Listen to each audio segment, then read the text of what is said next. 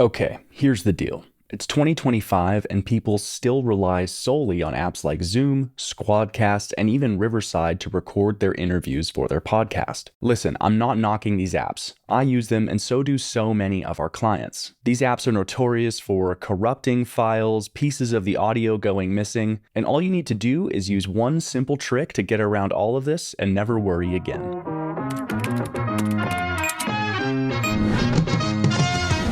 Hey everybody, welcome back to the channel. My name's Quinn and I'm here with the podcast consultant and you are watching Podcast Pro Tips. In today's episode, we're going to be discussing one simple trick that you can incorporate into your workflow to never have to worry about Zoom, Squadcast, or Riverside losing your files or recording them improperly ever again.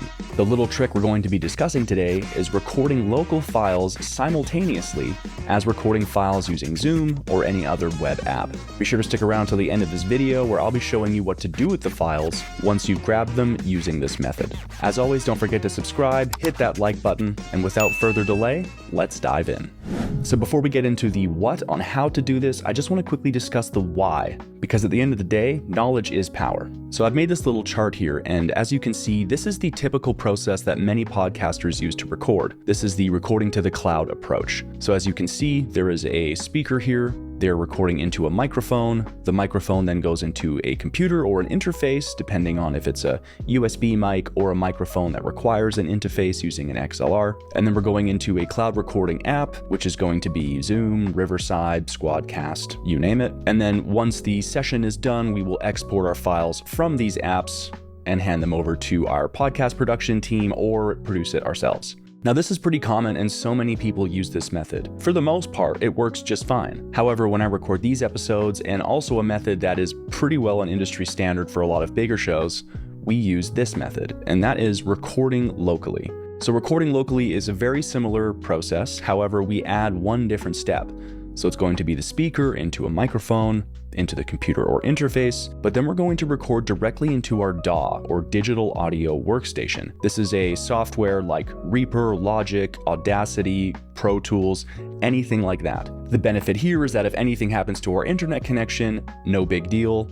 And on top of that, the quality of the recording will typically be higher recording locally. So once we've recorded the files directly to our computer, we would export them and assemble it in post-production. Now today's trick is going to be doing the first method and the second method at the exact same time. You'll be going from your speaker into the microphone, into the computer, and then while you are recording your interview using Zoom or Riverside, you'll also be recording your files directly to a DAW at the same time. Think of it as a local backup for your cloud recording interview. Once your interview is done, you would go ahead and export the files, and then what we would do in post-production is we would swap out the local recordings for the Zoom or Riverside tracks. Now, it's worth noting here that using this method, if you aren't wearing headphones, none of this matters. Apps like Zoom and Riverside have noise cancellation or echo cancellation and other features like this. And what that means is that as you are speaking, it will be ducking the other person's audio. And when the other person is speaking, as it comes through your speakers, it will duck your audio. But what tends to happen here is that not everyone records using headphones. So when you are talking and the guest is talking, Zoom or Riverside doesn't know what to do with that, and it actually starts to destroy and deteriorate the audio, making it sound like you're talking through a tube, creating artifacts and other weird things. It might not give you the aesthetic you want, but the sound quality will always thank you for using headphones. Okay, so first up we have Audacity. This program is free, tons of podcasts use it, so let's relax in the comments, it works just fine. So we open Audacity and the first thing we're going to want to do is pop over to the top here, we go Audacity and then we go Preferences. Now inside your preferences for your audio settings, you're going to want to set your recording device to whatever you use to record. In my case, I'm using the Shure SM7B, which is going into my Audient ID4 interface, which then goes to my computer. So in this case, I would select my Audient ID4 and my recording device. I also want to set it to my Audient ID4. And the channels on this one is just channel 1 for my microphone. Once that's done, you can go up here to the top and you can hit Tracks, Add New Track, and do Mono Track. Unless you're recording multiple microphones, you really don't need to be recording in stereo with a single mic because it's one microphone, one signal, one source. Mono, the more you know. So from here I have my track set up, and all I do is hit record, check, check, check. And as you can see, my recording is coming in just fine, the levels work, everything is good to go.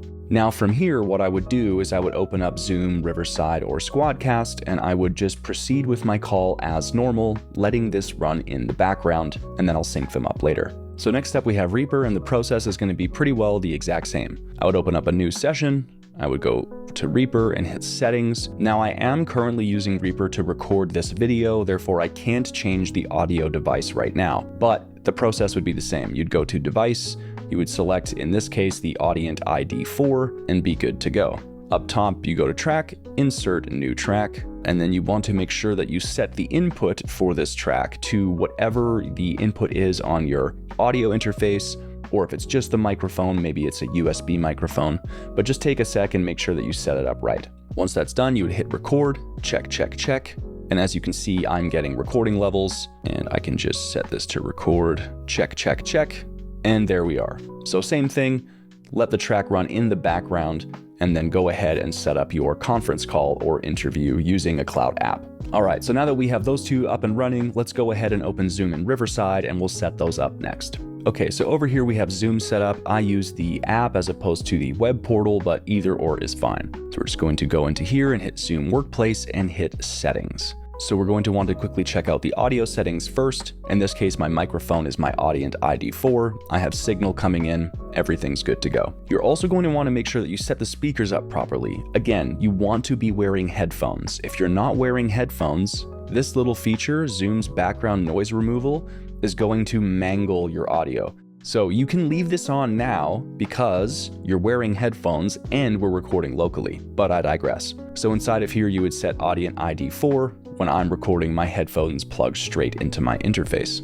But if you do find that you don't wear headphones and things sound a bit odd, almost a bit like this and you're not sure why, chances are Zoom background noise removal is what's causing that. Besides that, you would just go down to record settings and make sure here that you select record separate audio file for each participant. Now this is great because when I'm conducting an interview, of course I know what microphone I have and my whole setup is dialed in, but there's no guarantee that the setup of my guests or guest will be dialed in the same way. Recording a separate track for each speaker gives me the freedom to mix each track individually as opposed to having to mix the entire interview at once. So to use Riverside, it is a web app. It will need you to have Chrome or Edge installed. Once you have it open, just pop down to the bottom left and go to settings. And then once in settings, go over to recording. Now in my case, I'm only going to be recording the audio, but if you have a video podcast, you might want to select both. Similarly to Zoom, there is the noise reduction feature, which if you leave on, if there is crosstalk and you're not wearing headphones, your audio may get destroyed in the process. So you can leave it on because we're doing now both of those things, but again, if you are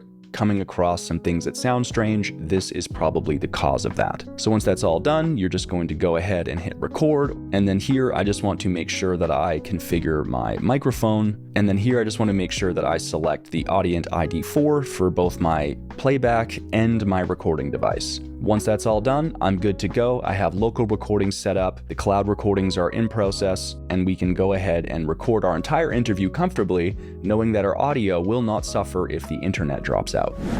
So now that we have that all done, last but not least, I want to just quickly show you what it's like to align the local recordings with the cloud recordings and just show you some of the differences that might occur in either of these tracks from using this method. Okay, so I've gone ahead and I've loaded in the local recordings and the cloud recordings for both of these speakers. They are going to be out of sync because it is likely that one person at home hit start on their local recording at a different time than the other person speaking. This is perfectly normal, and aligning tracks in post is a common stage. So I see I have my Zoom recording here, and then the local recording is much later. So what I'm going to do is I'm going to align speaker 1's local recording with speaker 1's Zoom recording.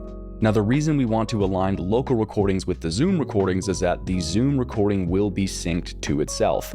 So we use that as the frame of reference to then go ahead and sync the other files. So I now have the speaker 1 local recording synced to the speaker 1 Zoom recording, and then I would just repeat the process for my second track here. And just make sure, you want to really get in here, zoom in and make sure that it's nice and tight. Perfect. Okay, so now what I would normally do is I would then delete the Zoom recording. Make sure you're careful when you're dragging this up.